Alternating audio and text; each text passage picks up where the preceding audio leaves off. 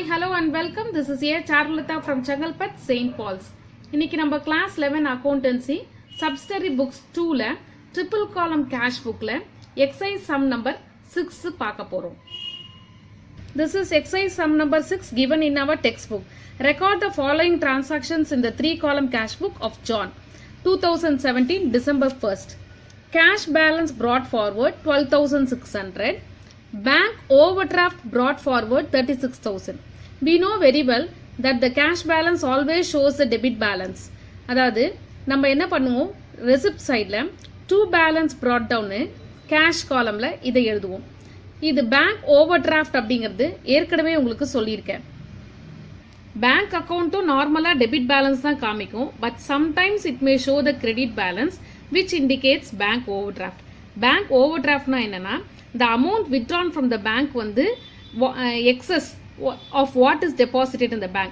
நம்ம 10,000 deposit பண்ணிருக்கோம் அப்படின்னா 15,000 நம்ம withdraw பண்ணோம் அப்படின்னா that is said to be the bank overdraft. So அப்போ இது என்ன ஆகுதுன்னா, it becomes a credit balance for the bank. So அதனால இதை நம்ம வந்து பேமெண்ட் சைடில் பை பேலன்ஸ் ப்ராட் டவுன் போட்டு பேங்க்ல 36,000 போடணும். நம்ம ப்ரீவியஸ் சம்லாம் பார்த்தோம் அப்படின்னா கேஷ் பேலன்ஸ் அப்படின்னு ஒரு அமௌண்ட்டு, பேங்க் பேலன்ஸ் அப்படின்னு ஒரு அமௌண்ட் கொடுத்துருப்பான்.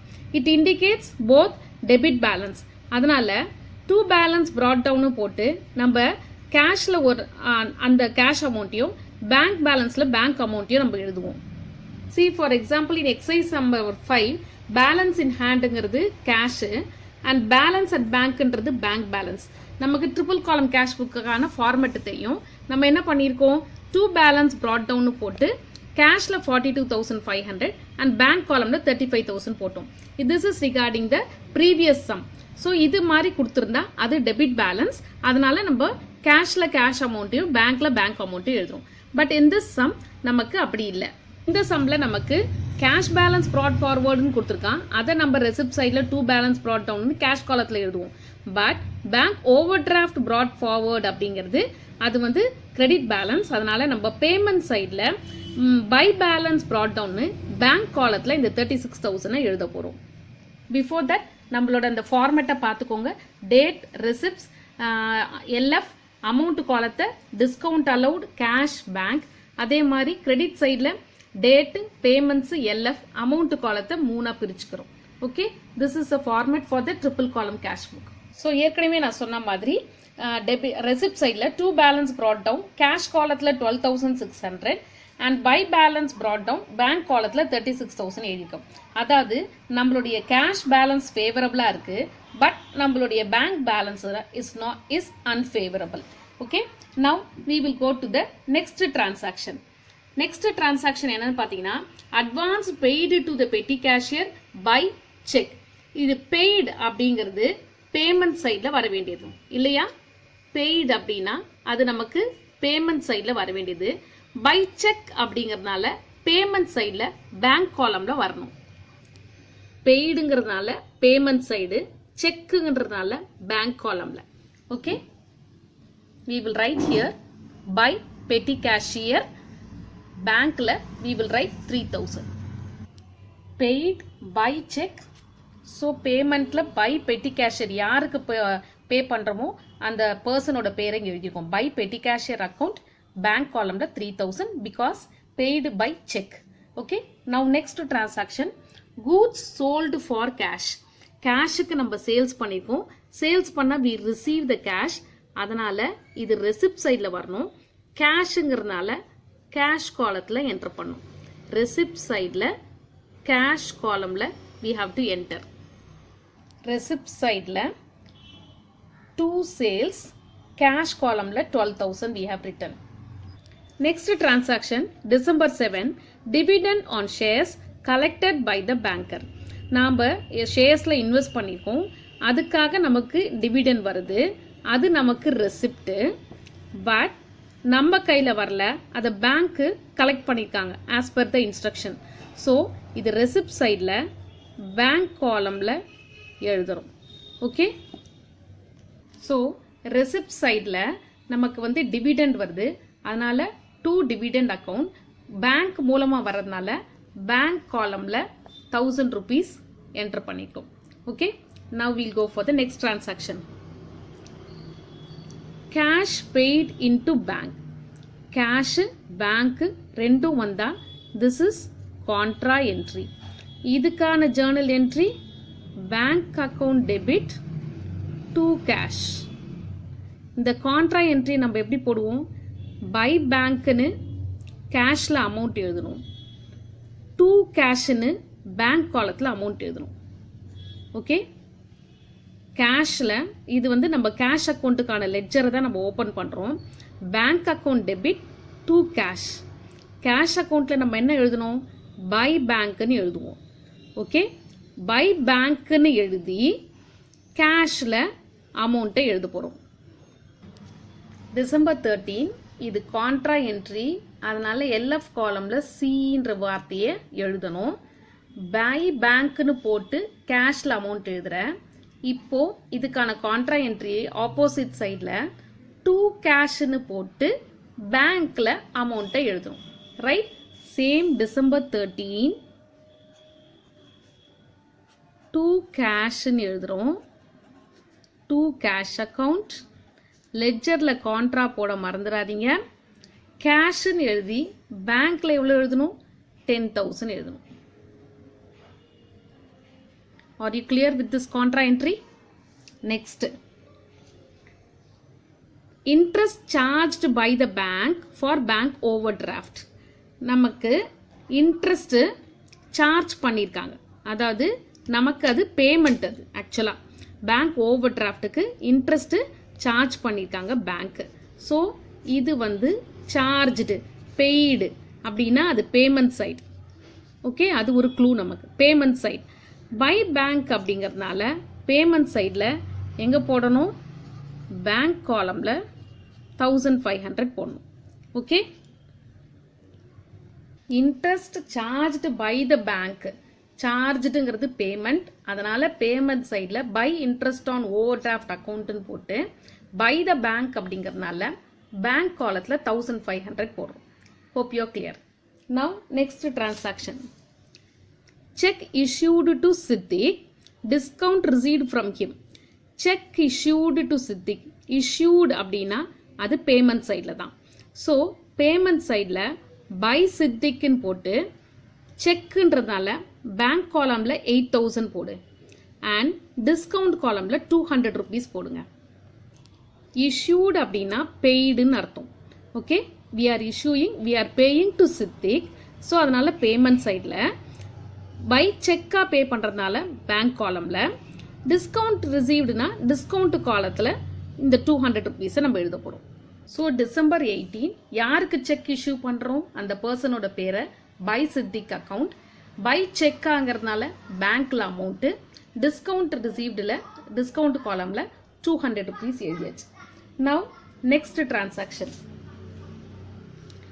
Insurance claim received by cheque and deposited into bank 17,000. Insurance claim received. Received அப்படின்னா அது நமக்கு receipt இல்லையா? அப்போ இது receipt சைடில் வரணும். by check அப்படிங்கிறதுனால அதை என்ன பண்ணணும்? பேங்க் காலமில் போடணும். ஸோ இது வந்து receipt சைடில் to insurance claimனு போட்டு பேங்க் காலமில் 17,000 எழுத போகிறோம். டிசம்பர் 24 to insurance claim account receipt சைடில் பேங்க் காலமில் 17,000 எழுதியாச்சு. Next transaction. Cash received from Bhaskar.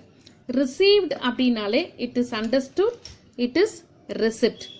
And then கேஷாக ரிசீவ் பண்ணதுனால நம்ம என்ன பண்ணணும்? கேஷ் காலமில் 15,000 என்டர் பண்ண போகிறோம். டிஸ்கவுண்ட் காலமில் 150 rupees என்டர் பண்ண போகிறோம். ரிசீவ்டு அப்படிங்கிறதுனால அது ரெசிப்ட் காலமில் வரும். கேஷ் அப்படிங்கிறதுனால அதை கேஷ் காலமில் என்டர் பண்ண போகிறோம். டிஸ்கவுண்ட் காலமில் 150 என்டர் பண்ண போகிறோம். ரிசீவ்டுங்கிறதுனால ரெசிப்ட் சைடில் யார்கிட்டேருந்து ரிசீவ் பண்ணியிருக்கோம்? Bhaskar. So to Bhaskar account. கேஷாக ரிசீவ் பண்ணதுனால கேஷ் காலமில் 15,000, டிஸ்கவுண்ட்டு 150, டிஸ்கவுண்ட் காலமில் அதை எழுதிடும். Okay, now the last transaction. Here comes the climax. Deposited into bank all cash excess of 18,600. What do they mean by this?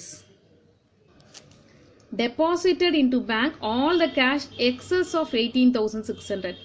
இந்த 18,600 வச்சிட்டு மீதி அமௌண்ட்டை அவங்க பேங்க்ல டெபாசிட் பண்ணிட்டாங்களாம். அதாவது இந்த அமௌண்ட் என்ன அப்படின்னா கேஷ் பேலன்ஸ்ல பேலன்ஸ் கேரி டவுன்னு போட வேண்டிய அமௌண்ட் இது. ஓகே, இந்த அமௌண்ட்டை அவங்க வச்சிருக்காங்க. We know very well cash balance always shows the debit balance. அதனால இந்த 18,600 தான் நமக்கு பேலன்ஸ் கேரி டவுன் அப்படின்னு பை பேலன்ஸ் கேரி டவுன்னு கேஷ் காலம்ல இதை ஃபர்ஸ்ட் நம்ம என்ட்ரி பண்ணிக்கணும். ஸோ வாட் டு தே மீன்? இந்த பேலன்ஸ் கேரி டவுன்னா இதான் வந்து பேலன்ஸ் இருக்கிறது 18,600. இதுதான் பை பேலன்ஸ் கேரி டவுன்னு கேஷ் காலம்ல நம்ம போட்டுக்கிறோம். ஓகேவா? இதை வந்து என்ன பண்ணுவோம்? கேரி டவுன்னா நெக்ஸ்ட் மந்த்துக்கான ஓப்பனிங் இல்லையா? நான் இங்கே வந்து ஒரு லைன் விட்டுருக்கேன். ஏன் அப்படின்னா இந்த 18,600 கையில் வச்சுக்கிட்டு மீதி அமௌண்ட்டை என்ன பண்ணிட்டாங்களா? பேங்க்ல டெபாசிட் பண்ணிட்டாங்களாம். ஓகே, அதுக்கு முன்னாடி இந்த கேரி டவுனை நம்ம என்ன பண்ணோம்? we have to bring down for the next month. அதை முடிச்சிருவோம். பை பேலன்ஸ் கேரி டவுன் கேஷ்ல எழுதிட்டோம். அதை நம்ம இந்த சைடில் January 1st நெக்ஸ்ட் மந்த்துக்கான opening to balance brought down 18,600 எழுதியாச்சு. இப்போ என்ன பண்ணணும் அப்படின்னா நம்ம இந்த டெபிட் சைடை டோட்டல் பண்ணணும். இந்த மூணுத்தையும் பிளஸ் கிரெடிட் சைடில் கேஷ் காலம் இந்த 10,000 இந்த 18,600 இதையும் ஆட் பண்ணுறோம். நம்மளோட டெபிட் சைடோட கேஷ் காலம் அமௌண்ட் வந்து 39,600 அண்ட் கிரெடிட் சைடில் நம்மளுடைய கேஷ் காலமுடைய டோட்டல் வந்து 28,600. ஸோ நமக்கு டெபிட் சைடில் தான் அதிகமாக இருக்குது. இந்த டெபிட் சைடில் இருக்கிற 39,600 மைனஸ் இங்கே இருக்கிற இந்த 28,600 மைனஸ் பண்ணால் நமக்கு வந்து 11,000 வருது. இந்த 11,000 அவங்க என்ன பண்ணுறாங்க அப்படின்னா they have deposited into bank. deposited into bankனா அது நமக்கு கான்ட்ரா என்ட்ரி. கான்ட்ரா என்ட்ரின்னு போது ரெண்டு சைட்லேயும் வரணும். Bank to cash. நம்ம என்ன பண்ணுவோம்? கேஷுக்கான லெட்ஜர் தான் நம்ம ஓப்பன் பண்ணி வச்சுருக்கோம். பேங்க்ல டு கேஷ். கேஷில் என்ன பண்ணோம்? பை பேங்க்னு போடணும். ஸோ இந்த இடத்துல பை பேங்க்னு போட்டு கேஷ் காலத்தில் 11,000 போடணும். அண்ட் இங்கே பேங்க் போட்டதுனால இந்த சைடில் டெபிட் சைடில் டூ கேஷ்ன்னு போடணும். டூ கேஷ் அக்கௌண்ட் போட்டு December 31st பேங்க் காலம்ல 11,000 போடணும். Okay, hope you are clear. நமக்கு இந்த ஆன்சரை கொடுத்துட்டா பை பேலன்ஸ் கேரி டவுன் 18,600. இது போக மீத உள்ளதை அவங்க டெபாசிட் பண்ணிட்டாங்க அப்படின்னு சொல்றாங்க. அதனால அதை ஃபர்ஸ்ட் நம்ம எழுதிடுறோம். அதை we are bringing down for the next month. இப்போ நம்ம டெபிட் சைடோட டோட்டல் 39,600. கிரெடிட் சைடோட டோட்டல் இதையும் ஆட் பண்ணணும். Okay, 18,600 we have to add பண்ணா we get 28,600. 39,600 இருந்து 28,600 போச்சுன்னா மீதி 11,000. இது டெபாசிட்டட் இன்டு பேங்க். இது கான்ட்ரா என்ட்ரி. அதை தான் பை பேங்க்னு கேஷ்லையும் டூ கேஷ்னு பேங்க்லையும் நம்ம அமௌண்ட்டை எழுதுறோம். Right? After writing the contra entry by bank account கேஷ்ல 11, டூ கேஷ் அக்கௌண்ட் பேங்க்ல 11,000 போட்டாச்சு. ஸோ ஏற்கனவே நம்ம சொன்னது டெபிட் பேலன்ஸ் அதிகமாக இருக்கு 39,600. அது ரெண்டுத்துலையும் எழுதிடுங்க. இப்போ இந்த 18,600 அதுக்கு கீழே நம்ம எழுதுற மாதிரி. Okay, now we have to total the bank column. Bank காலமை பேலன்ஸ் பண்ணி பார்க்கலாம். Mostly bank column will have the debit balance. Sometimes even it has a credit balance which is called as bank overdraft. ஏற்கனவே நமக்கு இங்க bank overdraft தான் இருக்குன்றதுனால நமக்கு possibility of getting the credit balance. We will total it and balance. So when we total the bank column in the debit side, we get 39,000 and in the credit side oda total 48,500. அதாவது நமக்கு credit சைடில் தான் total அதிகமாக இருக்குது.